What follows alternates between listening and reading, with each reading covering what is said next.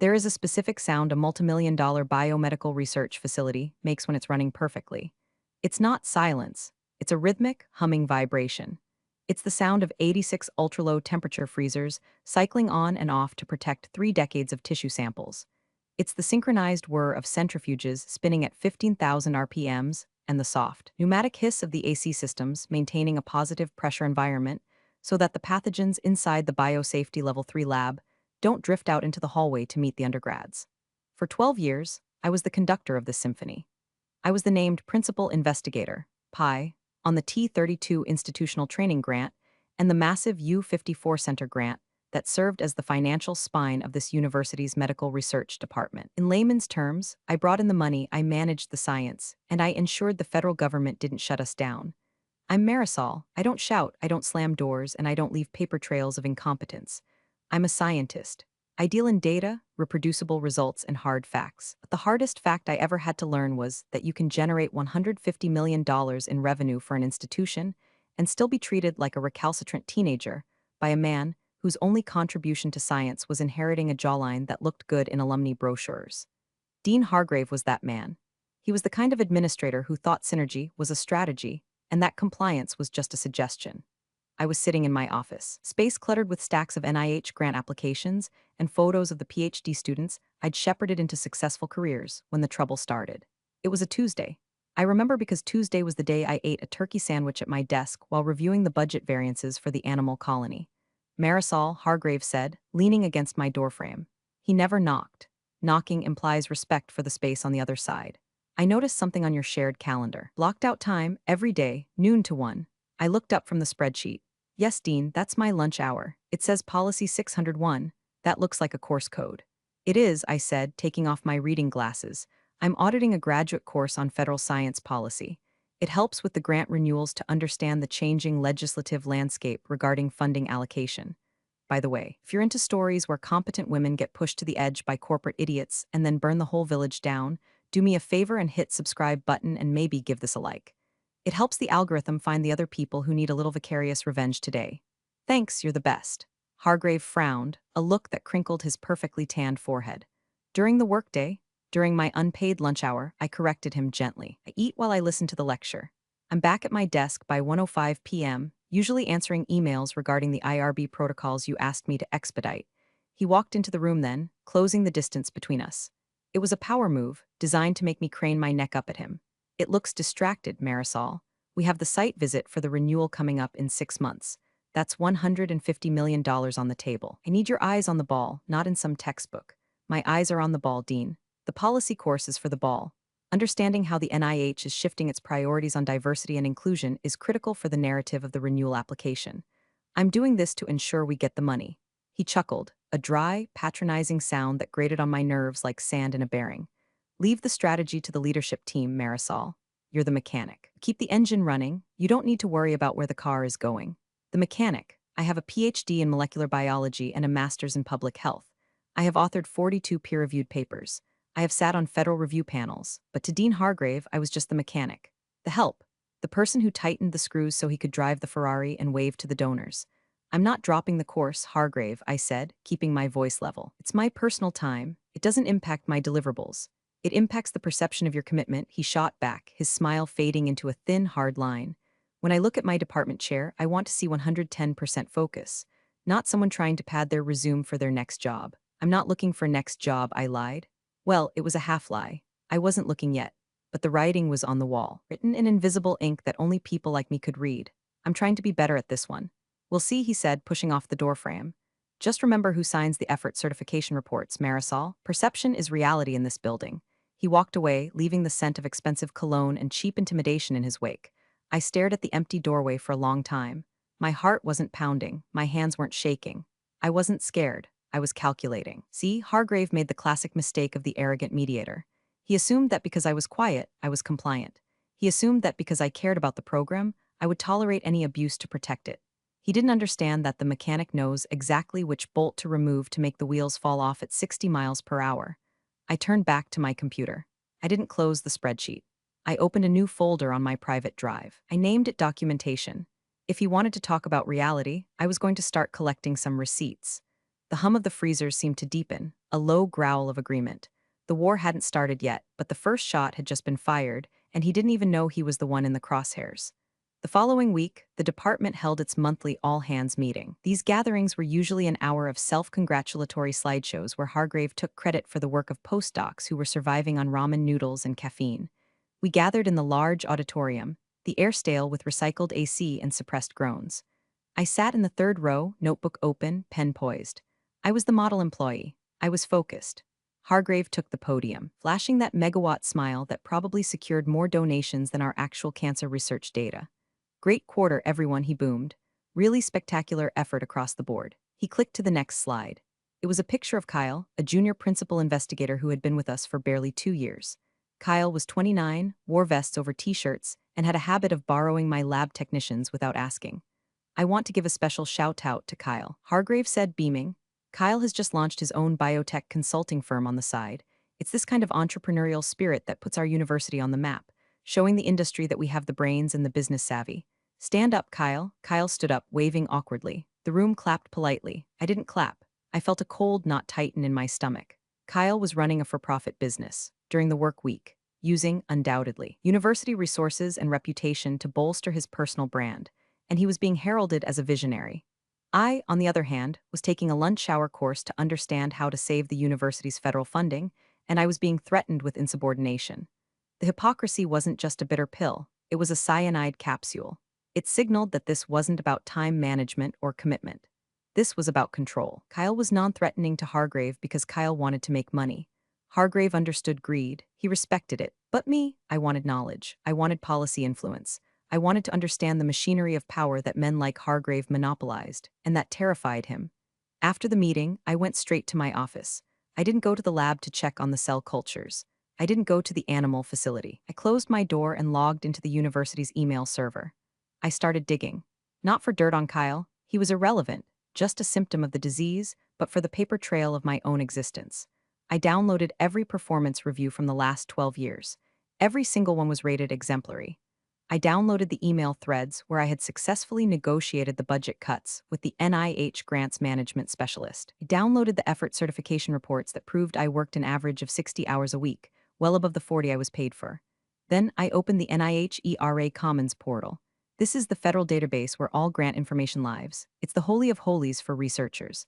I checked my status. Role, PD/PI, Program Director/Principal Investigator. Status, active. Authority, full. I took a screenshot. Hargrave's assistant, woman named Deborah who looked perpetually exhausted, knocked on my door an hour later. She held a clipboard like a shield. Marisol, she whispered, stepping inside and closing the door behind her. He's asking for your calendar logs for the last 6 months. I looked at her. Deborah knew where the bodies were buried because she was usually the one forced to dig the holes. He wants to audit my time? She nodded, her eyes wide. He's trying to build a case, Marisol. He's talking to HR about time theft. Because of the class. Time theft, I repeated. The irony was so sharp it could cut glass. I had missed my niece's baptism because I was here fixing a -80 freezer on a Sunday. I had spent my 10th wedding anniversary on a conference call with the FDA. Thanks, Deborah, I said softly. I appreciate you telling me. He's looking for a reason, she warned. He wants to bring in Dr. Sterling to run the renewal. Dr. Sterling was Hargrave's golf buddy, a man who hadn't run a wet lab since the late 90s. Putting Sterling in charge of a $150 million complex research grant was like asking a toddler to fly a Boeing 747 because he has a toy plane at home. Let him look, I said, turning back to my screens. Send him the logs, Deborah. Send him everything. Are you sure? Absolutely. Send him the raw data. I knew Hargrave. He was lazy. He wouldn't read the raw logs. He would glance at them, see blocks of time, and confirm his bias. He wouldn't notice that the emails sent at 8 o'clock p.m., 9 o'clock p.m., and 4 o'clock a.m. far outweighed the 45 minutes I spent listening to a lecture on the Hatch Act while eating a salad. I wasn't just documenting my defense anymore. I was preparing the ammunition for a war he didn't realize would be nuclear. That afternoon, walked through the lab. My PhD students were pipetting solutions, the rhythmic click-clack of the micropipettes filling the room. They looked up, smiling, tired but inspired. They trusted me. They relied on me to keep the money flowing so they could get their degrees and change the world. A wave of nausea hit me. If Hargrave blew this up, they were the ones who would catch the shrapnel. I stopped by the desk of my lab manager, Sarah. She was the sergeant of this platoon. Sarah, I said quietly, make sure all the data on the local servers is backed up to the cloud tonight. Everything, every gel image, every sequencing file. She looked at me, sensing the shift in my tone. Is everything okay, boss? Just housekeeping, I said. We're due for a storm. She didn't ask questions. She just nodded and started typing. That's the difference between a leader and a boss. A boss demands obedience. A leader commands trust. Hargrave was about to learn that you can fire a person, but you can't fire the loyalty they've built. As I left the building that evening, the sun was setting over the campus. It looked beautiful, golden light hitting the brick buildings. It looked like a citadel of knowledge. But from where I stood, it looked like a house of cards, and Dean Hargrave was holding a match. 2 days later, the summons came. It wasn't a meeting invite. It was a calendar notification, titled Review of Duties with Hargrave and the Director of Human Resources, a woman named Brenda who had the personality of a wet cardigan. I walked into the conference room at 9 a.m. sharp. I didn't bring a notepad. I didn't bring a pen. I brought a single manila folder containing my time-stamped activity logs and the university's handbook on professional development.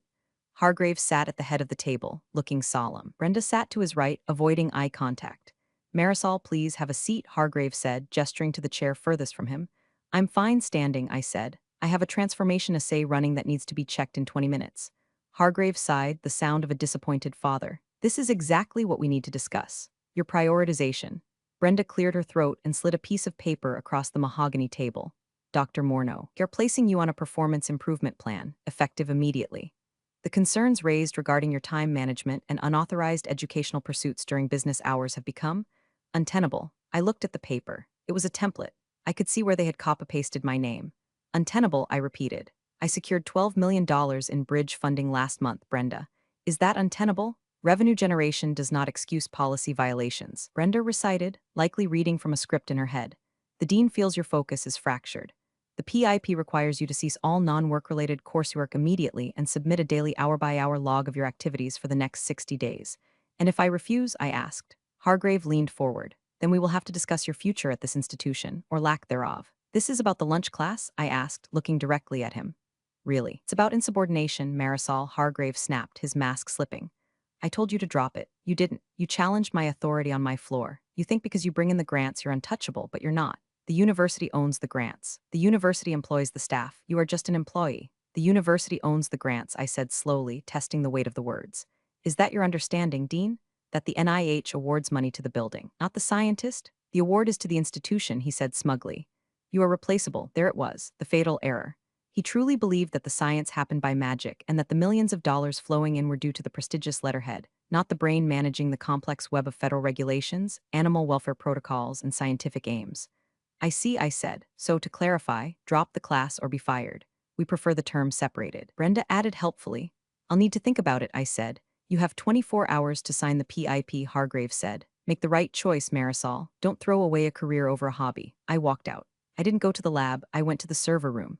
Technically, I wasn't supposed to be in there without IT, but I had the master key because the temperature sensors for my samples were routed through there. I let myself in. The room was cold and loud with the roar of cooling fans. I wasn't there to sabotage. I'm not a vandal. I was there to protect myself. I initiated a full export of the regulatory compliance drive. This wasn't the scientific data that belonged to the university, technically. This was the record of my work as the PI, the Institutional Review Board approvals, the Institutional Animal Care and Use Committee AITA protocols, biosafety level certifications. These documents were legal affidavits signed by me, attesting that I was overseeing the safety and ethics of the research. If I wasn't the PI, I couldn't be responsible for them. And if I wasn't responsible for them, they were invalid. I copied everything to an encrypted external drive. As the progress bar crawled across the screen, my phone buzzed. It was a text from Sarah, my lab manager. Hargrave just toured the lab with Dr. Sterling. Sterling asked if we could consolidate the mouse colonies to save space. He wants to put the immunocompromised mice in the general population room. I stared at the screen. Putting immunocompromised mice in a general room would kill them within days. It would ruin 3 years of genetic breeding. It was scientifically illiterate. What did you tell him? I texted back. I told him that would kill the models. He told me that he's the incoming strategic director and I should worry about cleaning cages. My hand shook, not from fear, from rage. They weren't just coming for me, they were coming for the work. They were going to dismantle a decade of progress because Sterling wanted to save space for his ego and Hargrave wanted to prove a point. The download finished. I pulled the drive. I knew what I had to do. Signing the PIP was an admission of guilt, was a collar around my neck. If I stayed, I would be micromanaged into insanity, and eventually fired anyway once they felt they had transferred enough of my knowledge to Sterling. I wasn't going to give them the time. I walked back to my office. I looked at the photos of my team. I looked at the whiteboard covered in molecular pathways. I was going to lose this battle. I knew that. But I was going to make sure that winning it cost Hargrave everything he valued. I sat down and typed a single email. Not to Hargrave, to the registrar's office. Please confirm my enrollment in policy 601 for the remainder of the semester. I will not be withdrawing. Then I waited. The next morning, my badge didn't work on the parking garage reader. It flashed red. Access denied. I wasn't surprised. I reversed my car, parked in the visitor lot, paid the $25 daily rate, and walked to the building. A security guard at the front desk, a man named Earl who I'd baked cookies for every Christmas for 10 years, couldn't look me in the eye. They told me to send you straight to admin, Dr. Morneau, he mumbled, looking at his shoes. Sorry. It's okay, Earl, I said. You're doing your job. I took the elevator up to the dean's suite. The hallway felt longer than usual. The silence was heavy. Hargrave and Brenda were waiting. The door was already open. There was a cardboard box on the table. You didn't sign the PIP, Hargrave said. He sounded almost gleeful. No, I said. I didn't. Then you've left us no choice, he said, smoothing his tie. Effective immediately, your employment with the university is terminated for insubordination and failure to adhere to university policy regarding time allocation. Terminated, I said. The word hung in the air. It will allow you 15 minutes to collect personal effects from your office, Brenda said, reciting her lines. Security will escort you. You are not to access any computers. You are not to speak to staff. And the grant? I asked. The renewal meeting is in 4 months. We have it handled. Hargrave waved a hand dismissively. Dr. Sterling has graciously agreed to step in as interim PI. He's already reviewing your files. Sterling doesn't have the clearance for the BSL-3 lab, I noted. He's being fast-tracked, Hargrave snapped. Stop worrying about the university, Marisol. Worry about your unemployment hearing. We will be contesting it. I looked at him. I really looked at him. I saw a man who thought he was cutting out a tumor, unaware he was actually removing the heart. Can I have that in writing? I asked. The termination notice, specifically stating the reason is insubordination regarding the course. It's all in the packet, Brenda said, pushing a thick envelope toward me. I picked it up. It felt heavy. Goodbye, Dean. Goodbye, Marisol. I hope you learn some humility in your next role. I walked out. The security guard, a stranger this time, walked me to my office. I didn't pack much, my framed degree, a photo of my late husband, a cactus. I left the awards. I left the binders. I left the notes. As I walked through the lab for the last time, the room went silent. My students froze. Sarah stood up, tears in her eyes. I couldn't speak to them. The guard was watching. I just nodded, a sharp, single nod that meant keep going. Don't stop. They escorted me to the curb. I put the box in my passenger seat. I didn't go home to cry. I went to a coffee shop with secure Wi-Fi 2 towns over. I ordered a black tea. I opened my laptop. My personal one. I logged into ERA Commons, the federal portal. I navigated to the T32 and U54 grants. The dashboard glowed with the status, awarded. I clicked on the Change of Status tab. The NIH has very strict rules. A grant is awarded to an institution, yes, but it is awarded contingent on the specific competence of the named principal investigator. If that PI leaves, dies, or is removed, the institution must notify the NIH immediately. But Hargrave hadn't notified them. He probably planned to do it later or have Sterling just slide in quietly. I wasn't going to wait for him. I filled out the form. Reason for change, termination of employment. Effective date today. New PI, none. There is a checkbox at the bottom that says, I certify that I am no longer responsible for the oversight, fiscal management, and scientific integrity of this award. I clicked it. Then I went to the regulatory agencies, the AITA portal, the IRB portal. I formally withdrew as the responsible official. In the eyes of the federal government, as of 10:42 a.m., the research program at my university was a ship without a captain. Legally, not a single mouse could be touched, not a single patient enrolled in a trial, not a single dollar drawn down from the account until a new PI was vetted and approved by the NIH. And the NIH vetting process takes months. Hargrave thought he had fired an employee. He didn't realize he had just triggered an automatic suspension of operations. I hit submit. The screen flashed green, update successful. I closed my laptop.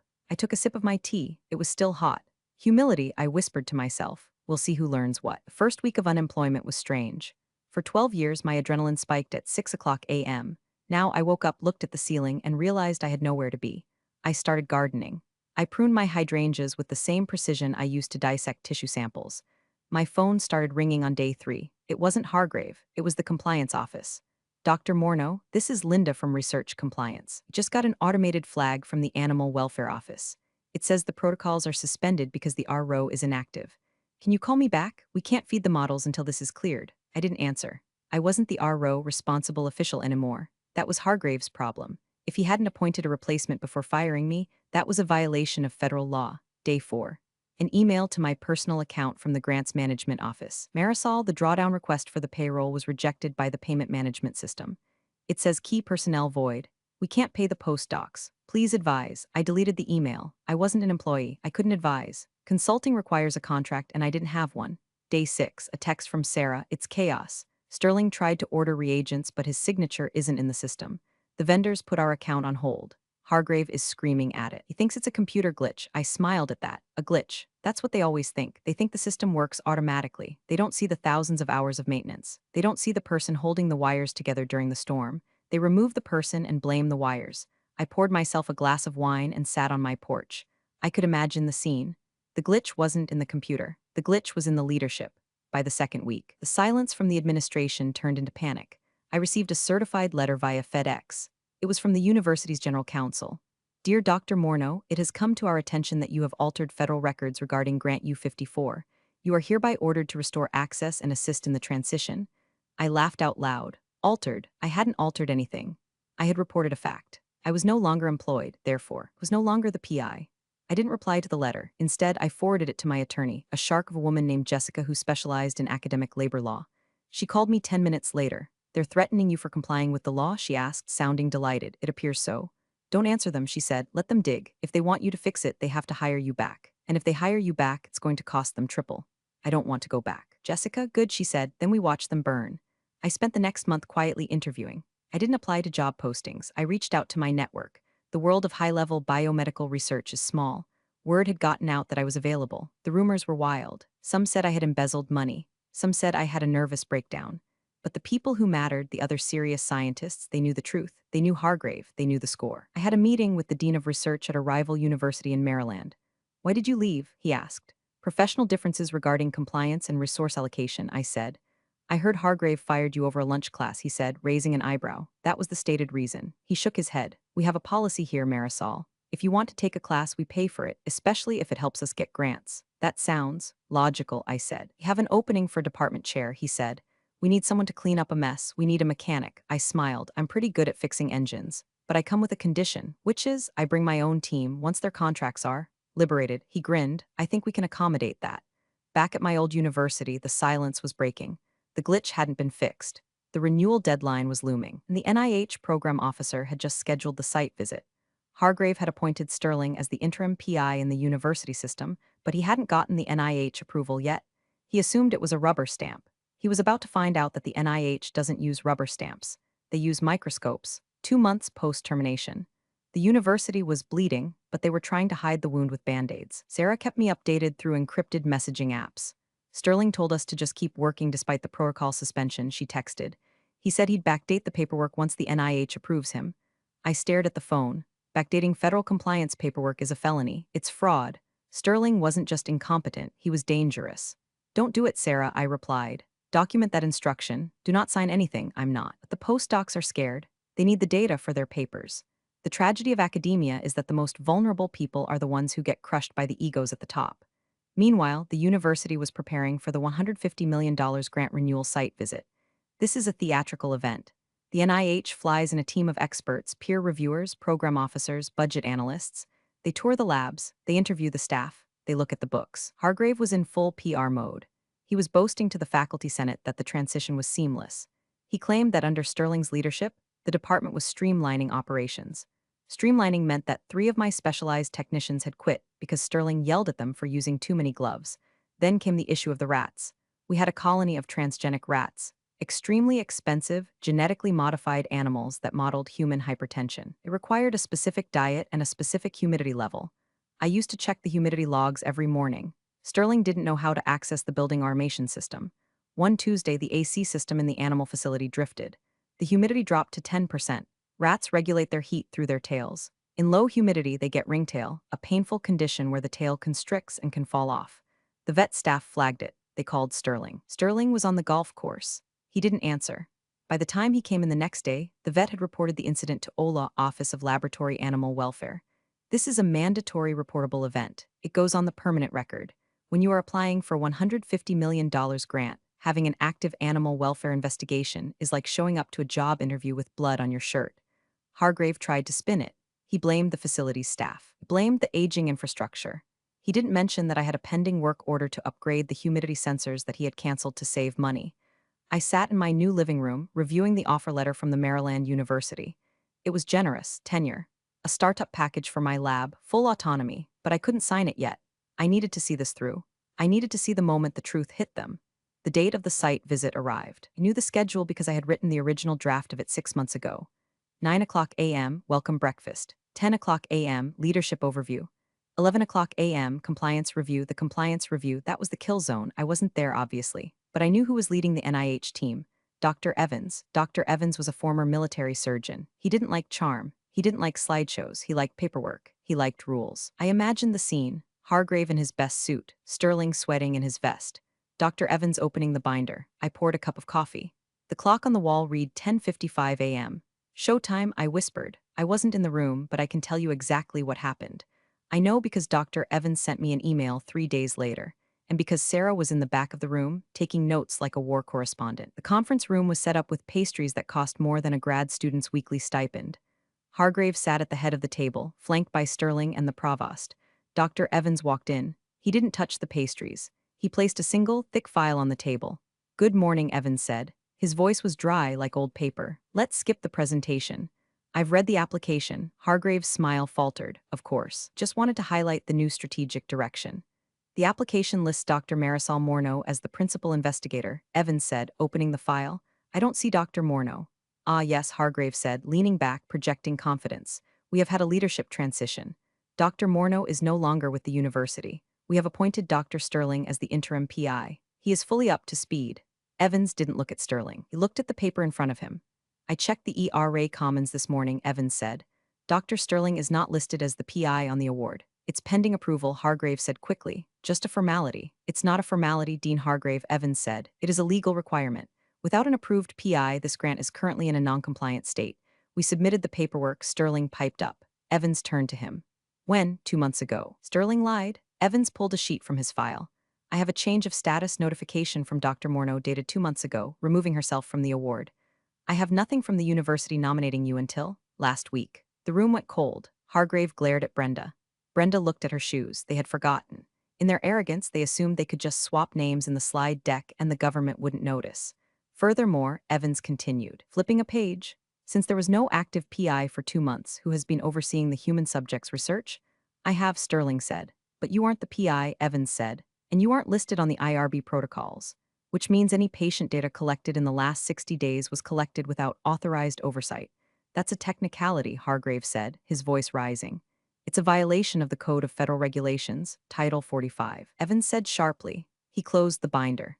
"Gentlemen, I cannot renew a grant for a program that is currently operating illegally." "Now wait a minute," Hargrave stood up. "This is a $150 million center. You can't just shut it down because of paperwork." "I'm not shutting it down because of paperwork," Evans said, standing up as well. "I'm shutting it down because you fired the only person who knew how to run it. You were too arrogant to realize she took the keys with her."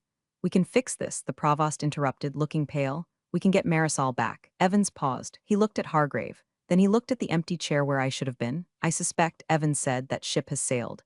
And frankly, based on what I've seen of your strategic direction, I wouldn't blame her." He picked up his file. "The renewal is denied. You will receive the formal notice of termination of funding within 48 hours. I suggest you start preparing your close-out reports. You have 30 days to shut down the labs." He walked out. "Sarah texted me at 11:15 a.m. He denied it. It's over." Hargrave is screaming. "The provost looks like he's having a stroke." I sat on my porch. A bird landed on the feeder I had just filled. It chirped, a happy, oblivious sound. I didn't feel happy. I didn't feel sad. I felt the specific, cold satisfaction of an equation balancing out. Force equals mass times acceleration. Stupidity equals arrogance times consequence. The collapse was fast. It wasn't a slow decline, it was a cliff drop. The notice of award, termination, arrived via email the next day. It was CC'd to the university president. $150 million. Gone. Overhead costs, the money the university keeps for lights and administration. Gone. Salary support for 45 faculty members. Gone. The provost suspended Hargrave pending an internal investigation. It was a nice gesture, but it was like putting a Band-Aid on a decapitation. The real tragedy wasn't in the administrative offices. It was in the labs. Because the funding was pulled immediately, the animal colonies had to be reduced. That's the polite euphemism. I drove to the campus that Friday. I couldn't go inside, but I met Sarah in the parking lot. She was crying.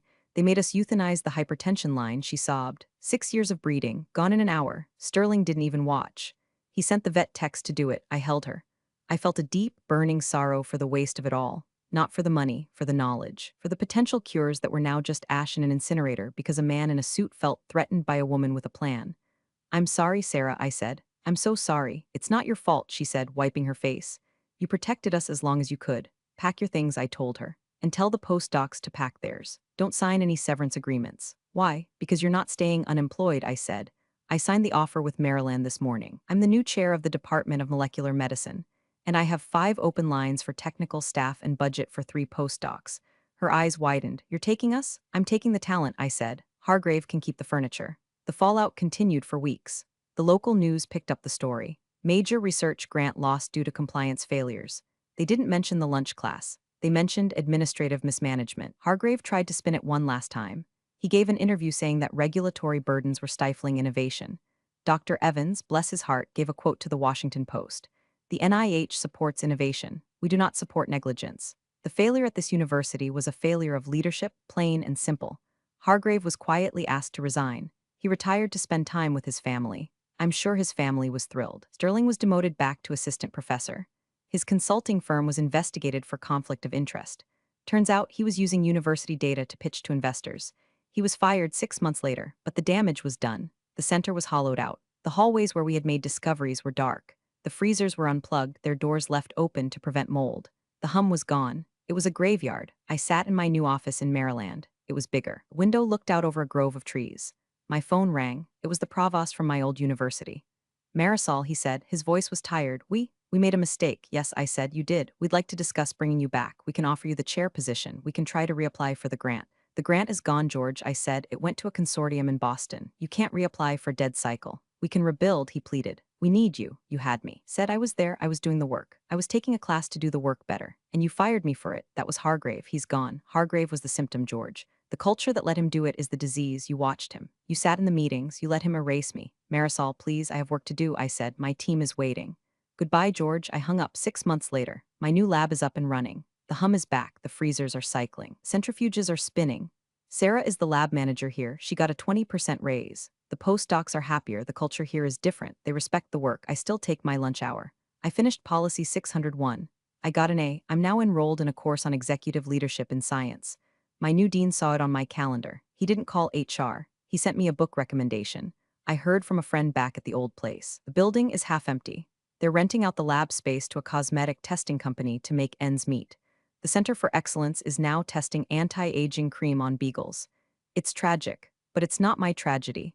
Sometimes, I think about Hargrave. I wonder if he understands what happened. I wonder if he realizes that he didn't lose $150 million because of a rule. Lost it because he couldn't stand the idea of a woman knowing more than him about how his own car worked. He thought I was insubordinate. I wasn't insubordinate. I was indispensable, and he was too stupid to know the difference. There's a saying in mechanics, if it ain't broke, don't fix it. But there's a corollary that people forget. If you break it on purpose, don't expect the person you fired to come back and glue it together. I walked out of my office and down the hall. The students waved. The data was flowing. The NIH had just invited me to sit on a high-level advisory council for future funding. I checked my phone, a text from an unknown number. Hope you're happy. I looked at it. I didn't block the number.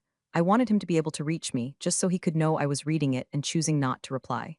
I typed a reply in my head, the one I'd never send. I'm not happy, Hargrave. Happiness is fleeting. I'm effective, and that lasts longer. I deleted the draft. I put the phone in my pocket. I walked into the lab, put on my gloves, and got back to work. We have a grant to write.